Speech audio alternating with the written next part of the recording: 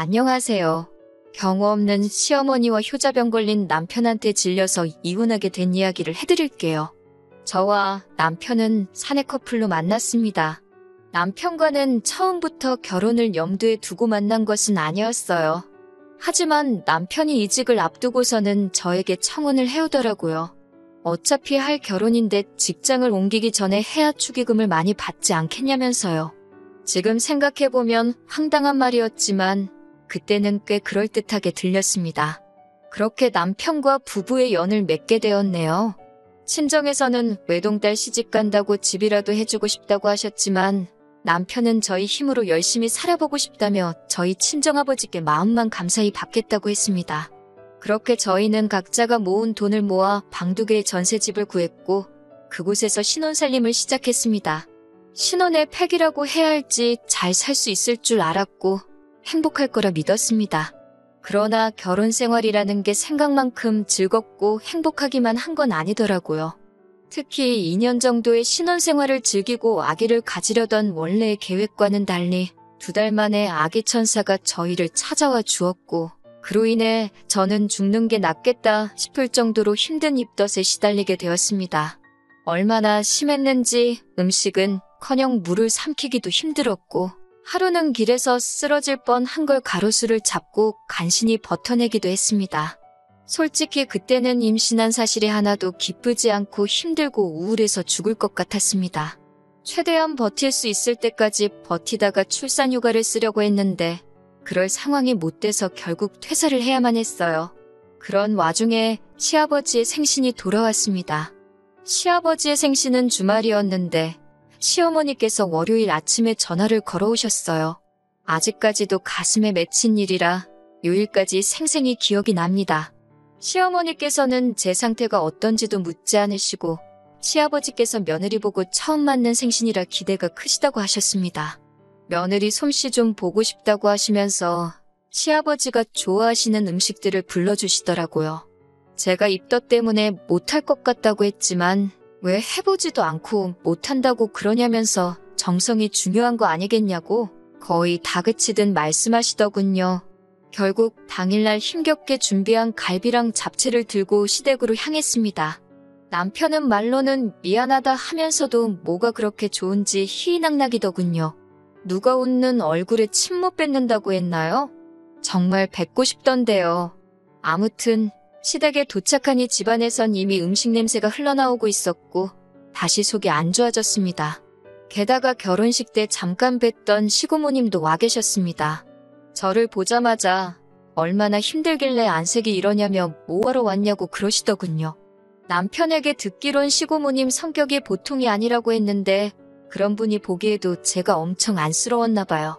시고모님은 시어머니께 딸이었어도 음식 해오라고 했겠냐며 제가 하고 싶었던 말을 대신 해주셨어요. 그 말을 듣는데 저도 모르게 하마터면 울 뻔했어요. 이윽고 식사가 시작되어 제가 준비해간 음식을 꺼냈습니다. 솔직히 맛이 있을 거라는 기대는 없었어요. 간은커녕 냄새 맡는 것도 역했던 상황이라서 정말 오로지 빨리 끝내고 쉬고 싶다는 심정으로 만들었거든요. 그래도 다행히 시고모님께서는 이 정도면 충분하다면서 고생했다고 한마디 해주시더군요. 그런데 시아버지와 시어머니는 생각보다 음식 솜씨가 없다면서 친정어머니가 하나도 안 가르치고 시집을 보낸 거냐고 물으시더군요. 시부모님의 반응에 마음이 많이 상했기도 했고 금방이라도 토할 것 같이 입덧도 심해져 남편에게 집에 가고 싶다고 했습니다. 하지만 남편은 어떻게 시아버지 생신인데 아들 며느리가 자리를 비우냐며 저더러 좀만 참으라고 했습니다. 저는 너무 화가 나서 전화로 택시를 불렀는데 시어머니께서 뭐하는 짓이냐고 화를 내시더군요. 그나마 시고모님께서 시어머니께 임신한 며느리한테 스트레스 좀 작작 주라며 당신이 태워다 주신다며 절 집에다 데려다 주셨어요. 그 이후로 한동안 시어머니와 관계가 좋지 못했습니다. 시어머니는 시고모님과 늘 사이가 좋지 않으셨다는데 그 와중에 시고모님이 제 편을 들어주셨으니 얼마나 기분이 상하셨을지 이해는 됐지만 저도 시어머니에 대해 서운한 마음이 컸기 때문에 어떻게 다가가야 할지 알 수가 없었습니다. 그런 와중에 저는 아들을 출산했습니다. 그리고 아이가 태어나고 얼마 지나지 않아서 시아버지께서 간암으로 돌아가셨습니다. 간암이라는 사실을 알았을 땐 이미 손도 쓰지 못할 만큼 늦어서 그대로 2달이라는 시한부를 판정받으실 만큼 안 좋아져 계셨을 때였어요. 평소에 술, 담배를 좋아하시던 분이었지만 그래도 정정하셨는데 그렇게 갑자기 떠나시다니 암이라는 게 정말 무섭다는 생각이 들었어요. 시아버지가 돌아가시고 한 3달쯤 지났을 무렵부터 시어머니는 틈만 나면 저와 남편에게 전화를 걸어서는 심심하시다, 외로우시다 하시며 저희와 같이 살고 싶다고 말씀을 하셨습니다. 같이 살면서 손주도 당신이 봐주시겠다면서요. 하지만 집에서 전적으로 육아와 살림을 하는 저에게 시어머니의 그런 제안은 딱히 솔깃하지 않았습니다. 저는 남편에게 시어머니가 우리 아들을 봐주실 필요가 없다며 몇 번이고 싫다는 의사를 밝혔지만 효자병에 걸린 남편은 자기 엄마 불쌍하다며 하루에도 몇 번씩 땅이 꺼질 만큼 제 앞에서 한숨을 내쉬곤 했습니다. 그러다 하루는 제가 계단에서 미끄러지는 사고를 당하고 말았습니다. 아들이 잠든 사이를 틈타서 1층에 쓰레기를 버리려고 내려가다 발생한 일이었어요. 넘어진 직후에는 그럭저럭 괜찮은 것 같아서 파스만 붙이고 말았는데 하루하루가 지날수록 허리가 뻐근한 게 움직이기가 어려웠고 그러다 보니 집안일에도 소홀할 수밖에 없었습니다. 그러다 시어머니가 저희 집에 손잡으신다고 오셨는데 집안꼴이 이게 뭐냐며 살림이며 이것저것 도와주셨어요. 그게 화근이었습니다. 제 허리가 낫는 동안만이라도 같이 지내주신다며 시어머니는 반강제로 당신 짐을 저희 아들 방에다가 밀어 넣으셨습니다.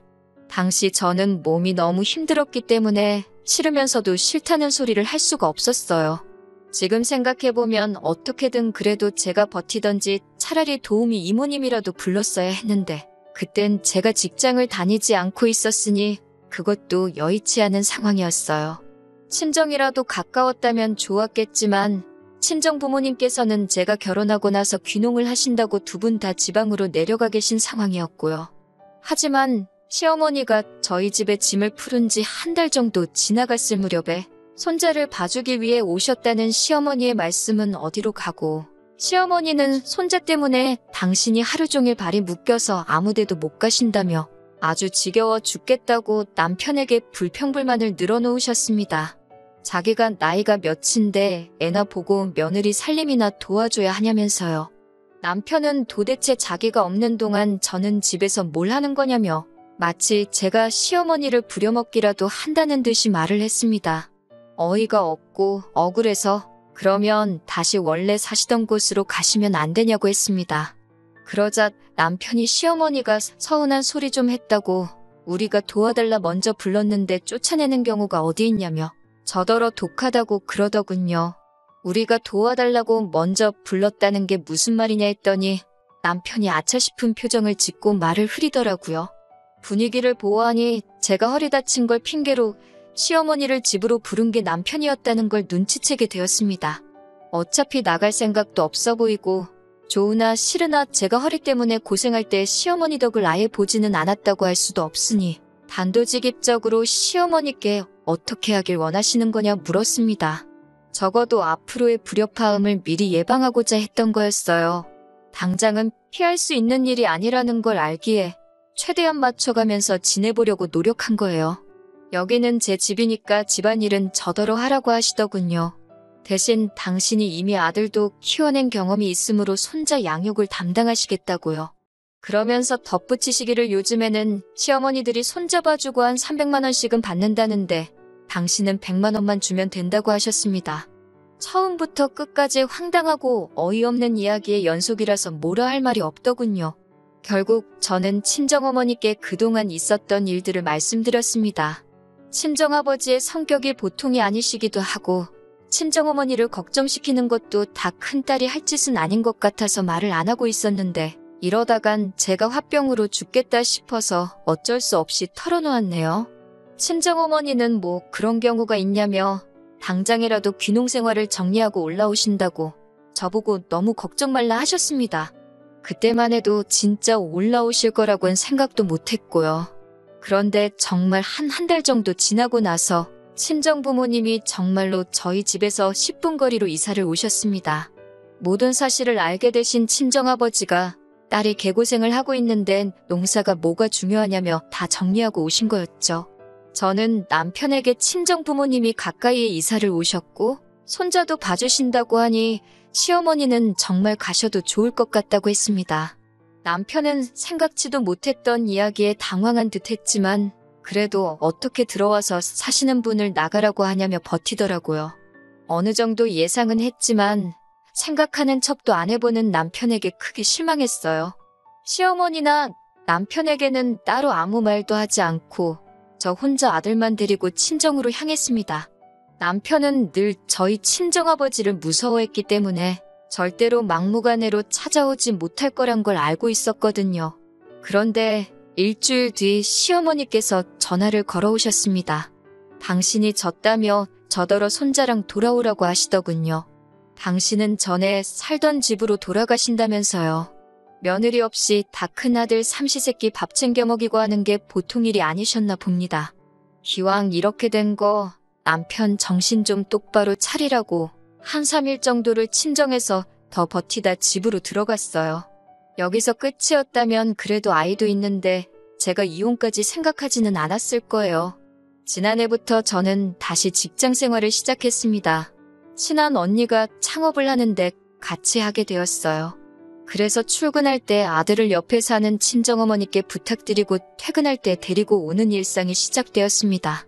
한 달에 70만 원씩 드렸는데 그나마도 손자 옷이다 신발이다 그런 것들에 쓰셨어요. 죄송하고 감사하고 복잡한 마음이었습니다. 그런 와중에 시어머니께서 친구분들하고 서울에 오신다면서 저희 집에 애를 보러 오시겠다는 거예요. 친정어머니께서 애를 보고 계셔서 그건 힘들겠다고 하니까 그럼 저희 어머니 번호를 달라고 하시더군요. 저는 그때만 해도 저희 어머니랑 통화를 해서 무슨 방법이라도 찾아보시려나 싶어서 일단 연락처를 드렸습니다. 제가 직장에 있었기 때문에 바쁘기도 했고요. 그런데 시어머니께서 저희 친정어머니께 말씀하시기를 자기가 서울 올라오는 날에는 저희 집에 오셔서 손자를 보라고 하셨답니다. 그러면 당신이 친구분들하고 와서 손자 자랑 좀 하신다고요. 시어머니가 손자 보고 싶으신 마음이야 이해를 하겠지만 그렇다고 어떻게 사돈한테 오라가라를 할 수가 있는 건지 도대체 이해가 안 되더군요. 게다가 저희 어머니가 시어머니보다 나이도 3살 많으시거든요. 기분도 나쁘고 화가 나서 남편에게 이게 무슨 경우냐고 따졌습니다. 그러자 남편은 저희 친정어머니가 좀만 이해해 주시면 어려울 일도 아닌데 뭘 그러냐며.